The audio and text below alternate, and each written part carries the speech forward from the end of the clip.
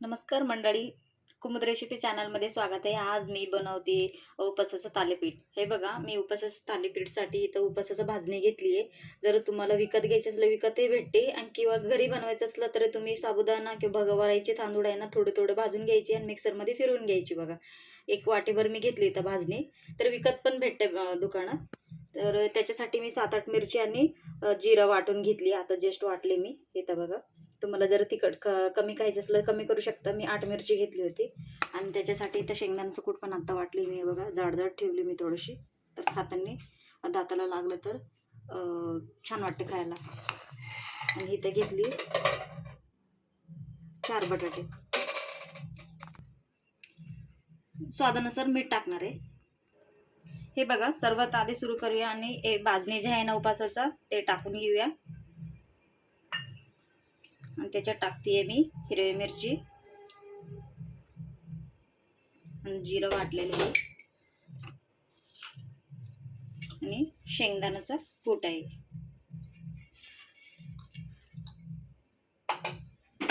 हे बघा, बटाटा आहे मी 4 बॉईल करून घेतली होती. तुम्हाला जर जास्त खायचं असलं तर टाकू शकतं. मी 4 घेतली होती, तेवढं एक बाउलसाठी. तर छान मी मगाशीच बॉईल करून ठेवले होते, तरी अजून आतमध्ये गरम आहे.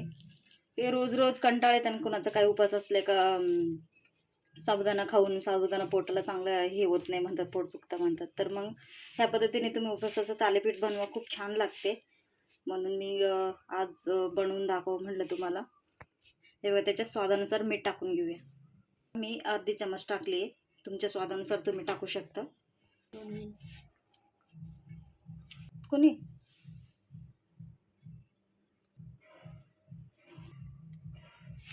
हे बघा, अशी सर्व बटाटा मीठ वगैरे असे मिश्रण भाजणीमध्ये भाजणी आहे ना त्याच्यामध्ये मिक्स करून घ्यायची अशी छान. बटाटा थोडं छान हे करून घ्यायचे. एक एक दिसलं तर थोडं थोडं बारीक असलं तर हरकत नाही ना, किंवा तापताना ते जाड नको, मोठं मोठं नको ठेवायला. एवढं मोठं मोठं चांगलं पिठामध्ये मिक्स करून घ्यायची अशी. आणि त्याच्यात टाकायचं आपण पाणी टाकून, थोडं थोडं पाणी टाकून घ्यायचं आणि पीठ अशी मळून घ्यायची. हे बघा मंडळी, असे मी ह्या पद्धतीने मी पीठ मळून घेतलं. आणि जास्त थोडंसं साईलच ठेवायचं पीठ, कारण की हाताने अशी तापता यायला पाहिजे. थालीपीठ जसं तापतो ना तशी, जास्त घट्ट नाही ठेवायचं. ह्या पद्धतीने मी पीठ मळून घेतली आहे. आता चला, आता तयारी करूया. तिकडं तवा पण ठेवली आहे मी तापायला. इथं मी प्लेट किंवा तुम्ही झाकण कोणतंही पोळपाट काही घेऊ शकता. त्याची हे रुमाल घेतली मी, वल्ल करून घेतली. नवीनच रुमाल होतं. तर तुमच्याकडे कॉटनची कापड का पांढरं कापड काही असलं तरी, तुमचं दुसरं मोठं रुमाल असलं तरी चालेल. माझ्याकडे हे होतं तर हे घेतले मी. त्याला मी ओला करून घेतला अशी पाण्यामध्ये. कॉटनचं पाहिजे, नाही तर टरिकेटचं जर असलं तर मग तव्याला चिटकू शकतं, म्हणून कॉटनची घ्यायची. आणि इथं मी पाणी पण घेतले ह्याच्यासाठी. पाणी लावून तापून घ्यायची. हे बघा, अशी गोळा घ्यायची आणि पाणी लावायची वरून आणि अशी तापून घ्यायची. पाणी लावून तापलं तरी चालतं, किंवा नाही जर आलं ना मग तुम्ही पिठाला थोडं साईल करून घेऊ शकता. हे बघा मंडळी, मी ह्या पद्धतीने मी अशी पातळ मी पसरून घेतली, हातानेच पसरवली बघा. तर आता मध्ये होल करू शकते किंवा नाही केलं तरी चालेल. मी करते बघा अशी. पण त्याच्यात आता तव्यामध्ये टाकूया. तेल टाकून घेते मी तव्यावर. थोडीशी चिटकायला नको म्हणून थोडीशी तेल टाकून घ्यायची.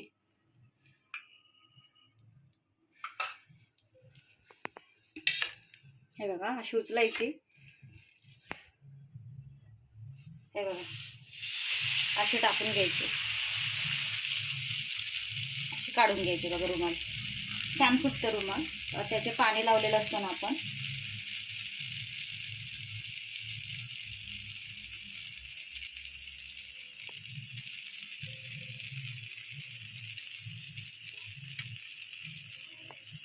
खाली पण थोडेसे तेल टाकले होते, वरून थोडेसे तेल टाकून घेऊ आपण. थोडेसे हे भाजायला ना वेळ लागते, थोडंसं वेळ देऊन भाजावं लागतं.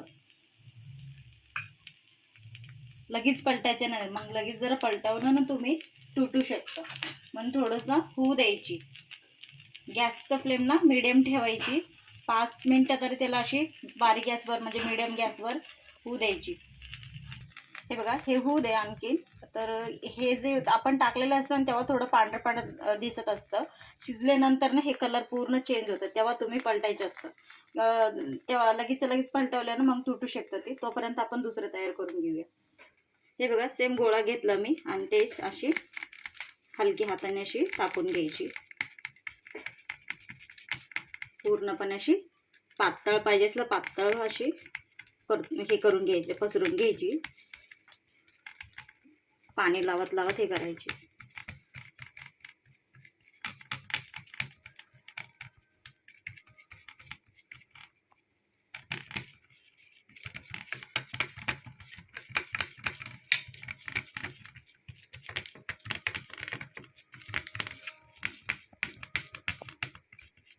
जेवढं मोठं होणार तेवढं मोठं पसरू शकतं.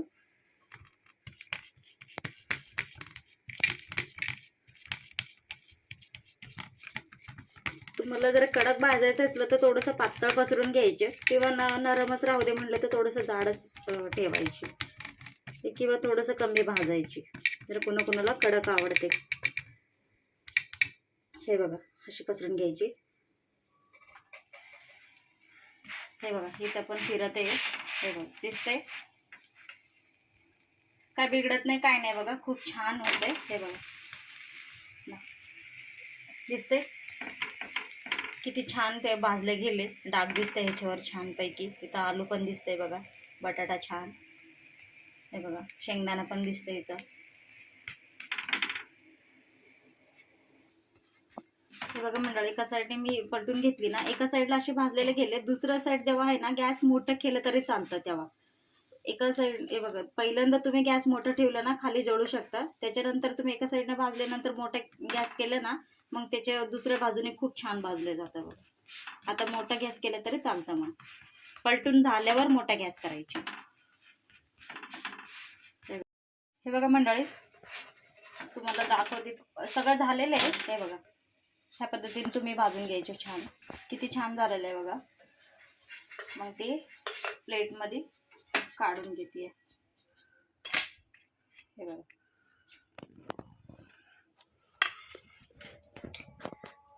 त्याच पद्धतीने मी सर्व थालीपीठ बनवून घेते.